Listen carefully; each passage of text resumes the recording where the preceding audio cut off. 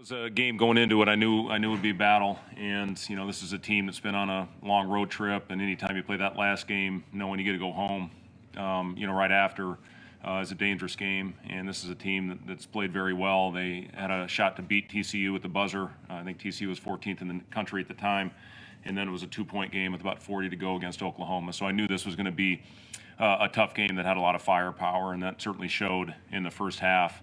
When they got hot, I thought our rotations were slow. Our bottom low man was late getting out of the paint to get hand pressure. Second half, we completely flipped it, and I give our guys a lot of credit for coming out and getting chewed out pretty good at halftime and really flipping the script. We were all over the place, and Reinhardt, who had it going in the first half, I think he had 17. Didn't score in the second half, and I thought our guys did a good job adjusting. We had different combinations out there. When their big guy came out, we went small and switched everything, which I thought really helped as far as slowing that team down. But, rebounding, you just look at the hustle plays, the 50-50 balls.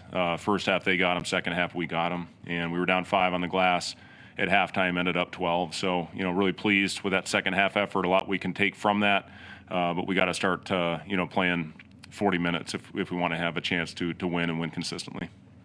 That 12-point lead gets erased down 3 at halftime. You're down 8 early in the second half. What was kind of your sense with the way the players were handling that? Was there panic? It wasn't panic. I didn't like our. I thought we were hanging our heads a little bit, and you can't do that. To their credit, they turned that around, and our energy on the bench was phenomenal in the second half. I give a lot of credit to his Wilhelm. We had a 10-point first half, and just the way the game was going, didn't get him back in there. But you saw his energy over there, and that's infectious. That goes throughout the whole team. And I thought our whole group over there had it. I give Emmanuel a lot of credit. I thought his ball pressure, 94 feet, also slowed them down. Got their offense started higher up the floor. Griesel obviously had a great second half as far as some different things. We found a nice formula with him on the post.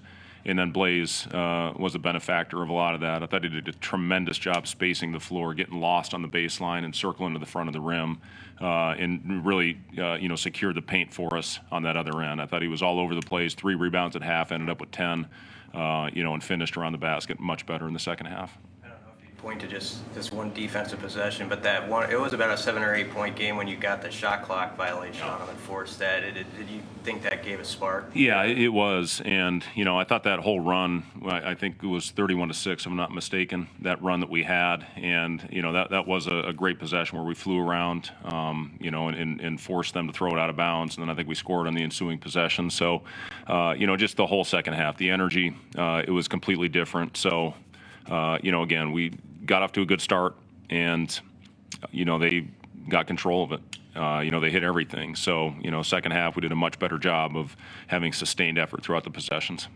I know it might get lost in this one a little bit, but you go back to that start. How big was Juwan there for you guys? Yeah, hit a couple in the right out of the gate, and then I think scored on a layup right after that, and a nice going catch to the basket. So first 8 points of the game.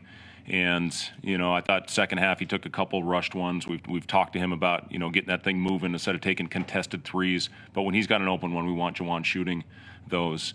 CJ obviously was really good all night long, had a very efficient game. And, Casey made some big plays for us in the second half when we needed it. Hit some shots, got to the free throw line. But, I really thought overall, top to bottom, everybody that stepped on the floor had a positive impact on that win. You seeing, especially Sam, but also Jeff, get their first buckets at the end there. Yeah, it's good to see those guys get on the board. And, Jeff, it was awesome. His first shot, I think, missed the basket by about 12 feet last game, and Sam's first shot tonight missed the basket by a little wide left. So, it was good to see those guys get in the books. So, listen, those guys work as hard as anybody, and they help prepare.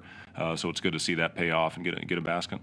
How important was it? I mean, obviously to win the game is big, but to respond the way that they did in the second half after what happened at St. John's and then what lies ahead here in Orlando, I mean, to be able to finish in that sort of fashion, I mean, how critical was that just for the team's confidence? Yeah, it was a huge stretch for us, Robin, to know what we're capable of. If we can combine and bottle up the first 20 minutes from St. John's and, the last 18 minutes of this game and, combine that, play a full 40, we got a chance to be pretty good. So, just really proud of the guys for hanging in there. I think we got down 8 when they came out in the second half after hitting another shot.